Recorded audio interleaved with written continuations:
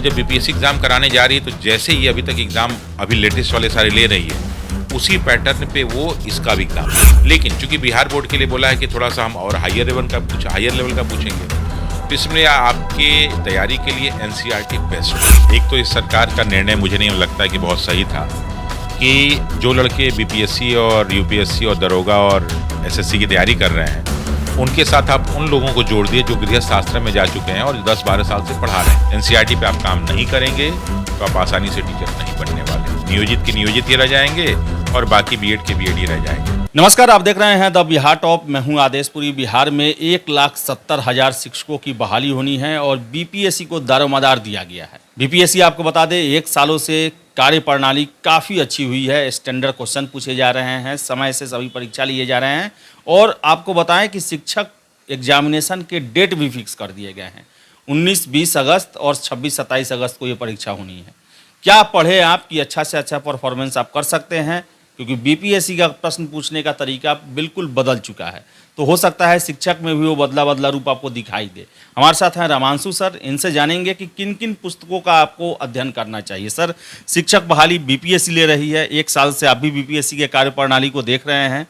क्या लगता है कौन से किताब पढ़ने पड़ेंगे जिससे बीपीएससी शिक्षक में अच्छा से अच्छा अंक प्राप्त किया जा सकता है? देखिए आदेश जी, जब भी हम कोई परीक्षा देने जाते हैं तो माने ये नहीं रखता कि परीक्षा कौन सा है, माने ये रखता है कि परीक्षा का पेपर कौन तैयार कर रहा है। जैसे आप देखते होंगे, इसका छोटा सा एग्जांपल दें कि यूपीएससी एग्ज़ाम कंडक्ट कराती है 4-5 एग्ज़ामों का। जैसे एनडीए कराती है, सीडीएस कराती है, असिस्टेंट कमांडेंट कराती है, ईपीएफओ कराती है और बाकी यूपीएससी का जो एग्ज़ाम होता ही है। तो चूंकि उसके सब पेपर तैयार करने वाले लोग एक ही होते हैं, इसलिए क्वेश्चन का पैटर्न आपको सेम मिलता है। तो उनको ये बता दिया गया एनडीए बनाना है, लेकिन क्वेश्चन आप वही डालते हैं। इसी तरह यहाँ जो एग्ज़ाम टीचर का होने वाला वो बीपीएससी कराने जा रही है, और जब बीपीएससी एग्ज़ाम कराने जा रही है तो जैसे ही अभी तक एग्ज़ाम अभी लेटेस्ट वाले सारे ले रही है, उसी पैटर्न पे वो इसका भी एग्ज़ाम लेगी। और उसने ऑलरेडी पहले से अनाउंस कर दिया है कि हमारा जो पैटर्न होगा 2 बोर्ड पे होगा, बिहार बोर्ड पे और एनसीईआरटी की बुक पे। इसलिए जितने भी प्रश्न पूछे जाएंगे वो बिहार बोर्ड और एनसीईआरटी से ही रिलेटेड होंगे। लेकिन चूंकि बिहार बोर्ड के लिए बोला है कि थोड़ा सा हम और हायर लेवल का पूछेंगे, तो इसमें आपके तैयारी के लिए एनसीईआरटी बेस्ट होगा। अब एनसीईआरटी की जो भी हिस्ट्री, ज्योग्राफी, पॉलिटी, इकोनॉमिक्स और साइंस की किताबें हैं, 5 पोर्शन है, उस पर तो आपको मास्टरी करके जाना होगा। अगर आप कहीं भी पढ़ रहे हैं, किसी टीचर से पढ़ रहे हैं, अगर वो एनसीईआरटी बेस्ड पढ़ा रहा है तो अब तो आप समझिए कि आप भीड़ के हिस्सा नहीं, आप सिलेक्शन के हिस्सा हैं। लेकिन अगर वो एनसीईआरटी हिस्सा नहीं पढ़ा रहा है, सिर्फ आप जा रहे हैं हिस्ट्री, ज्योग्राफी, पॉलिटी, इकोनॉमिक्स पढ़ रहे हैं जैसे पहले पढ़ा करते थे, और लूसेंट और बाकी सारी अच्छी किताबें जो आपके लिए अच्छी थी, वो अच्छी किताबें हैं रिवाइज करने के लिए, लेकिन बेस आपको एनसीईआरटी बनाना पड़ेगा। तो अगर आप बेस एनसीईआरटी बना के जाएंगे तभी सेलेक्ट होंगे, वरना बहुत सारी सीटें खाली रह जाएंगी। जैसे पहले सीटें खाली रह गई थी ना, तो ये ना सोचिए कि हम जाके परीक्षा दी थी तो सेलेक्ट हो जाएंगे। ये सरकार जो है बहुत सारी सीटें खाली भी रखती है, और आप लोग तो कई बार लड़ाई भी लड़े हैं उसके लिए, तो हो सकता है कि टीचर में बहुत सारी सीटें खाली रह जाएँ। एक और चीज़ है इसमें सर, इसमें नियोजित को भी मौका दे दिया जा रहा है कि वो भी परीक्षा पास करके नियमित शिक्षक बन जाएं। कितने शिक्षक हैं जो कि 10 साल 15 साल से पढ़ा रहे हैं, पढ़ाई लिखाई छूटा हुआ है, एनसीईआरटी छूटा हुआ है, उनके लिए आप क्या कहेंगे, वो शुरुआत कैसे करें? देखिए, एक तो इस सरकार का निर्णय मुझे नहीं लगता कि बहुत सही था कि जो लड़के बीपीएससी और यूपीएससी और दरोगा और एसएससी की तैयारी कर रहे हैं, उनके साथ आप उन लोगों को जोड़ दिए जो गृह शास्त्र में जा चुके हैं और 10-12 साल से पढ़ा रहे हैं, क्योंकि उनकी तैयारी एकदम अलग लेवल है। वो बेसिक पढ़ा सकते हैं, जिस क्लास को पढ़ा रहे हैं उसके मास्टर हो सकते हैं, लेकिन कहीं उनको जीएस पूरा आता हो, ये ऐसा नहीं हो सकता। कोई भी छूट जाता है, हम ही लोग हैं, ये बहुत सारी चीज़ें छूट जाती हैं तो छूट जाती हैं। तो उनके लिए तो एक बहुत बड़ी समस्या है, वो खूब ही उस समस्या से जूझ रहे होंगे। तो उनके लिए तो बस एक ही समाधान जो मुझे देखता है कि कुछ नहीं कीजिए आप लोग। अगर आप लोग पढ़ रहे हैं तो वही सारी की सारी एनसीईआरटी मार्केट से किताब उठा ले आइए, और चूंकि आप लोग इतना पढ़े लिखे कि चीज़ें समझ में आ जाएगी, अपने से बैठ के नोट्स बना जाइए। आप किसी टीचर के भरोसे में रहेंगे तो नहीं होगा। उसके लिए आप ही लोग के कहने पे मैं एनसीईआरटी का एक जो क्लास भी चला रहा हूँ यूट्यूब चैनल पे अपने, कि आप लोगों ने कहा कि सर चलाइए, बहुत सारे लड़कों का डिमांड था कि सर कैसे पढ़ते हैं, तो मैं उसमें सिखा देता हूँ कि कैसे पढ़ा जाता है। और जब आप सीख गए तो आप घर बैठ के नोट्स बना सकते हैं। अब जैसे क्या है उसमें कि अगर आप पुराने पैटर्न, क्योंकि मैक्सिमम जो टीचर पढ़ाने पुराने पैटर्न पर ही पढ़ा रहे हैं, तो फिर वही होगा कि आप बाहर भी हो सकते हैं, फिर वही आप जो है नियोजित ही रह जाएंगे। सर, ये गाइड वुड भी बहुत मार्केट में आए हुए हैं सर। देखिए, गाइड पे तो मैं बहुत ज़्यादा भरोसा नहीं करता, वो सॉल्व करने के लिए सही है, क्योंकि जो गाइड बने हैं ना, वो सारे पुराने पैटर्न पे आधारित। यहाँ तो कट कॉपी पेस्ट होता है, मालूम है आपको, नई चीज़ों पे कोई काम नहीं किया और एनसीईआरटी पे कोई काम नहीं किया। एनसीईआरटी पे आप काम नहीं करेंगे तो आप आसानी से टीचर नहीं बनने वाले हैं। नियोजित के नियोजित ही रह जाएंगे और बाकी बीएड के बीएड ही रह जाएंगे। तो आपको बेसिक एनसीईआरटी पे काम करना ही पड़ेगा। बीटीसी की पुस्तकें आती है सर, वो भी सर देखना जरूरी है क्या? बिल्कुल, देखिए बीटीसी की जो किताबें होती हैं ना, बेसिकली पढ़ाई से रिलेटेड ही है और उन्हीं बच्चों को पढ़ाना भी है। तो इसलिए उसमें बहुत सारी ऐसी चीज़ें दे रखा है जो एग्ज़ाम में आपकी पूछी जा सकती हैं।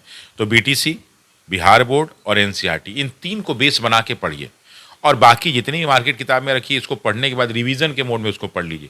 लेकिन अगर ये 3 किताब आप पढ़ के जाते हैं, इन 3 पे फोकस करते हैं, तो आपका सिलेक्शन 100% होगा। करंट अफेयर्स भी का पर क्या कहेंगे सर? करंट अफेयर्स तो आएगा ही, आ गया। करंट अफेयर्स छूटने वाला। क्या करना होगा? करंट अफेयर्स के लिए जो है बहुत ज़्यादा मत प्रयास किए, कोई भी एक मंथली मैगजीन, बिहार में बहुत सारी मंथली मैगजीन है, तो कोई भी एक मंथली मैगजीन ले लेंगे और उसमें 2 प्रकार के पार्ट हैं। एक तो करंट जो है वो स्टैटिक भी पूछ देता है। स्टैटिक माने क्या है कि अब जैसे मान लीजिए WTO के जो है कौन हेड, IMF का हेड कौन है, इस तरह के जो प्रश्न होते हैं, ये स्टैटिक जीके का पोर्शन होता है। तो इस तरह की जितनी भी नियुक्तियाँ हुई हैं वो नियुक्तियाँ जरूर पढ़ के जाइए, जो इंपॉर्टेंट नियुक्तियाँ हैं।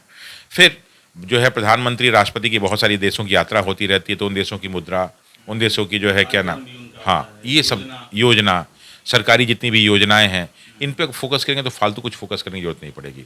और जितने तिथि इंपॉर्टेंट है पर्यावरण से रिलेटेड वो पढ़ लीजिए, जो खेलों से रिलेटेड इंपॉर्टेंट खेल हैं वो पढ़ लीजिए। तो ये किसी भी आपको एक जो है मंथली मैगजीन में मिल जाएगा, कोई भी मंथली मैगजीन ले लीजिए उसमें मिल जाएगा। और लास्ट में जो है इसको छोड़िए मत, इसको कम से कम आधा 1 घंटा टाइम डेली दीजिए। सर कितने दिन पुराने सर करंट अफेयर, कितने दिन तक? करंट तो कम से कम साल भर का करंट मानते हैं, लेकिन ये टीचर है, कोई भरोसा नहीं। लेकिन एग्ज़ाम BPSC करा रही, इसका भरोसा है। तो इसलिए मुझे लगता है कि साल भर का करंट अफेयर्स पढ़ के जाना, यानी कि आप जो है ये अगस्त में है तो पिछले अगस्त से लेके इस अगस्त तक पढ़ जाइए। तो आप बहुत सारी घटनाएं भी घटी हैं इधर अगस्त से लेकर अगस्त तक, तो आपके लिए सफिशिएंट हो जाएगा। तो साल भर का आप कम से कम करंट अफेयर्स पढ़ के जाइए। तो शिक्षक बनना है तो आपको जो टेक्स्ट बुक है, खासकर एनसीईआरटी, बीटीसी, इसको आपको पढ़ना पड़ेगा। सर एक और चीज़ है सर, पढ़ना किस तरह पड़ेगा? रट्टा मार के रट जाना होगा या उसको समझना पड़ेगा एनालिसिस बेस्ड? क्योंकि अब एनसीईआरटी देखें तो एक लाइन के बहुत सारे मतलब, बहुत सारे अर्थ निकलते हैं। देखिए दरअसल क्या है कि रट्टा उसका मारते हैं जहाँ पे फैक्चुअल फॉर्म में दिया रहता है। तो जो बहुत सारी किताबें मार्केट में चलती हैं फैक्चुअल फॉर्म, इसलिए उसको रट डालते हैं। एनसीईआरटी को आप रट ही नहीं सकते। एनसीईआरटी को पढ़ते हैं, पढ़ के समझते हैं, समझने के बाद उसमें से फैक्ट्स निकालते हैं। तो उसका सबसे अच्छा तरीका है कि एनसीईआरटी पढ़िए और सामने एक नोटबुक रखिए और उसमें सारे के सारे फैक्ट्स जो है लिखते जाइए। अब जो आपने फैक्ट लिख लिया उसको आप रिवाइज कीजिए, उसको रटिए। लेकिन आपको एक बार पढ़ के समझना पड़ेगा। तो पढ़ना पहला जो है क्रम है, दूसरा उसको समझना है और तीसरा उसको नोट डाउन करके एक नोट्स बनाना है और चौथे क्रम में इसको रटना है और कुछ नहीं रटना है। तब जो है आप सिलेक्शन के करीब पहुंच जाएंगे। तो आपको बता दें कि लगभग बहुत कम समय है बचा हुआ है, 3 महीना के आसपास आपके पास है।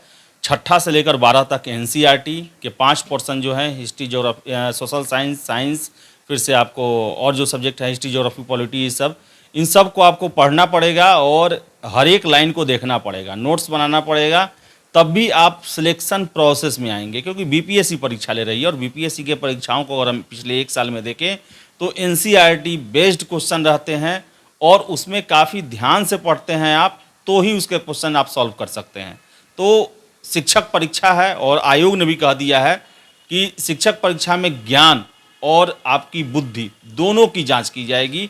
तो इसलिए आपको ज़्यादा कुछ तैयारी करना पड़ेगा। तो फिलहाल इस वीडियो में इतना ही। वीडियो पसंद आया लाइक शेयर करें, हमारे चैनल द बिहार टॉप को सब्सक्राइब जरूर कर लें। धन्यवाद।